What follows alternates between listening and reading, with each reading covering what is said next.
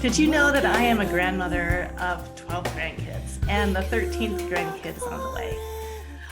Most people are like, no way. But I was a young mom, and my husband was also a young dad, and we are the Brady Bunch. So we have 6 kids together and 12 grandkids, and the 13th is on the way. So, as a fairly new grandmother with that many grandkids, they all came at once. I think we definitely have a soccer team at this point.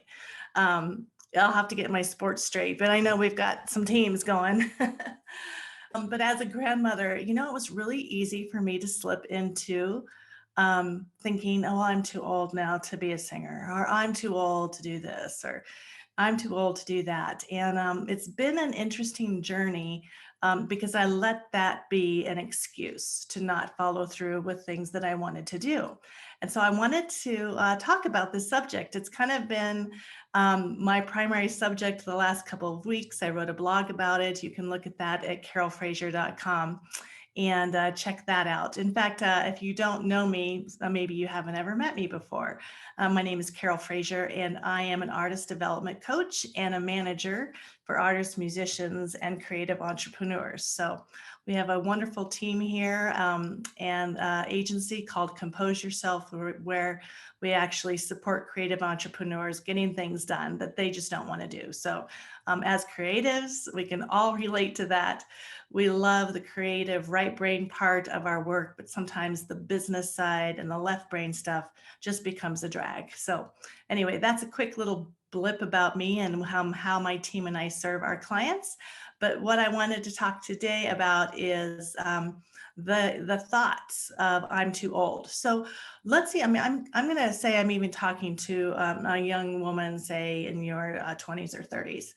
If you want to be a pop star, let's say you wanted to be a singer, a lot of people have the thoughts that, well, I can't be a singer unless I'm, 15, 20, 21, maybe 25. I'm getting a little old for the pop world to discover me and to sign me and to make me a star. And so this type of thinking goes for me, who's a grandmother, for my mom, who's 82 years old and still a very active artist. She's a fine artist, Ellie Weekly, and you can see her work at ellieweekly.com. But it's very common thinking, really, no matter how old you are, it's easy to slip into that, well, I'm too old. And it really becomes an excuse, you know. There are some things that, we have to be realistic about, I'm a singer, am I going to become the next pop star at my young age of 55 as a grandmother of almost 13? Probably not. But am I still going to be able to sing and sing the music I love and still be able to send my music out into the world and record and get up on stage and even dance? Hey, I might be too old to do spinning around on the floor dancing, but I can still move and I can still have that youth in my body. So I just want you to think about ways that you might be saying that in your life, that you're too old, or using that excuse or that crutch to not move forward. And so that is our subject today. And so I have a couple here. I'm going to go back to the blog that I wrote, and I'm just going to read off a couple of amazing accomplishments that creatives made, that leaders had made, and when they started. So I'm going to start at the age of 40. At 40, Vera Wang designed her first dress. Amazing. I love Vera Wang. At 42, Alan Rickman gave up his graphic design career to pursue acting. At 49, Julia Child published her book, Mastering the Art of French Cooking. At 52, Morgan Freeman landed his first major movie role. At 55, Pablo Picasso completed his masterpiece. Okay, I don't know if I can pronounce this. Okay, and I'm totally going to you guys are going to get all over me on this one. Guernica, Guernica. Okay, I'm totally going to look that up because I'm not familiar with that particular piece of artwork. That's by Pablo Picasso.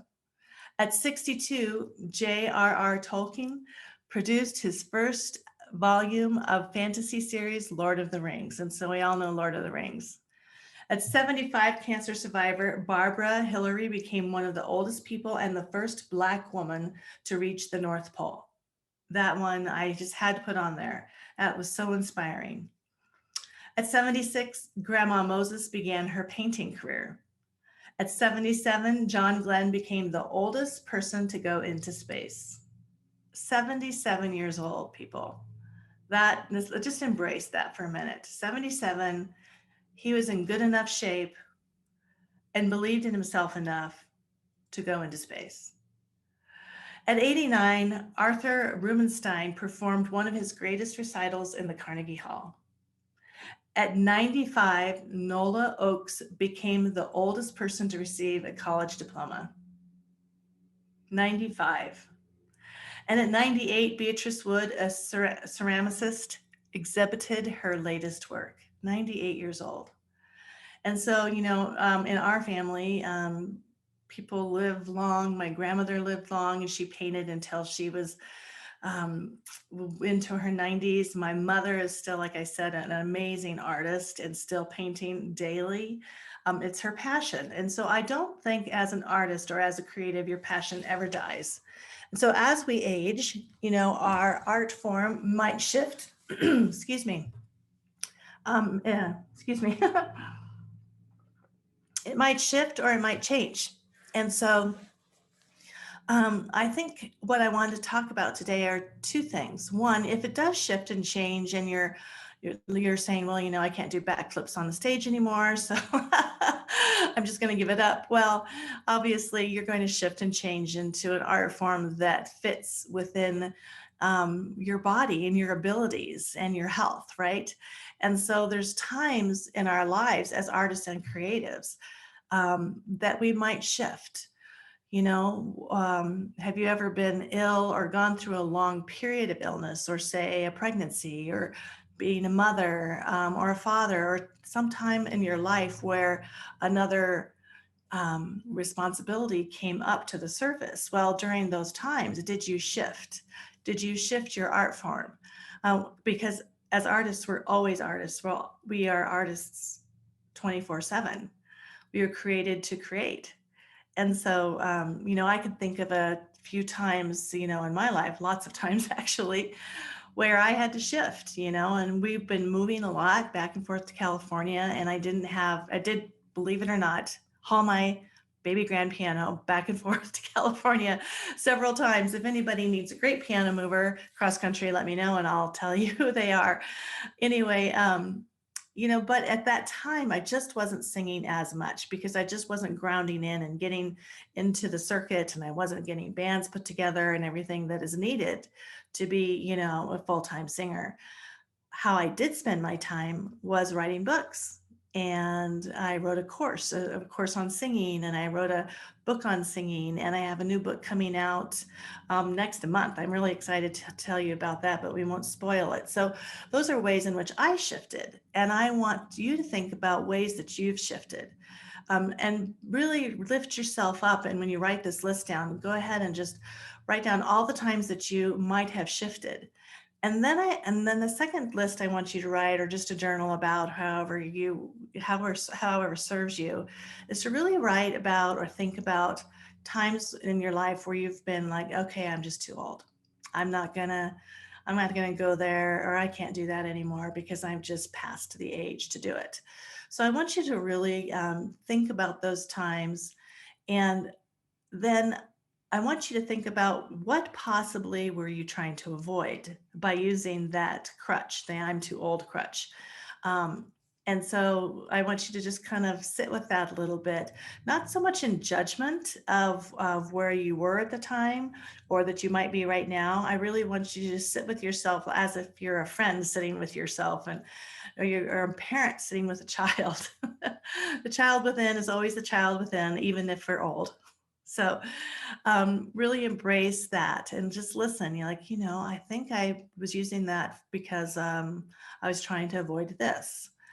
So that's just the gift I want to give you to give yourself right now, is to really look at that. Is there anywhere in your life where you're using I'm too old? And then let's move from that into let's talk about dreaming again and wanting again, and really placing our hopes, because I think as artists and creatives, we all have that burning desire to create, to express, to we aren't created to get up in front of people and for our egos. Of course our egos get in the way, and I could talk about that another time, but what I'm talking about is that gift, that talent, that drive within you that is calling you forward to paint, sing, write, dance, whatever your calling is. And it is to bless yourself and to bless your family and to bless others who are touched by your art and your creativity. And so as our art form flows through us and out to the world, we are vessels. And even if our vessel is getting older, our vessel is still going to be used. So I just want you to write down all the ways that you want still, that you believe, that you are hoping, the passions, maybe getting off getting some things off the shelf and dusting off that box and looking inside and going, oh yeah, that's what I wanted. Oh yeah, I still want that. I still feel that passion and that drive within me. So, anyway, I hope that this has really served you, and I hope that you are completely blessed by this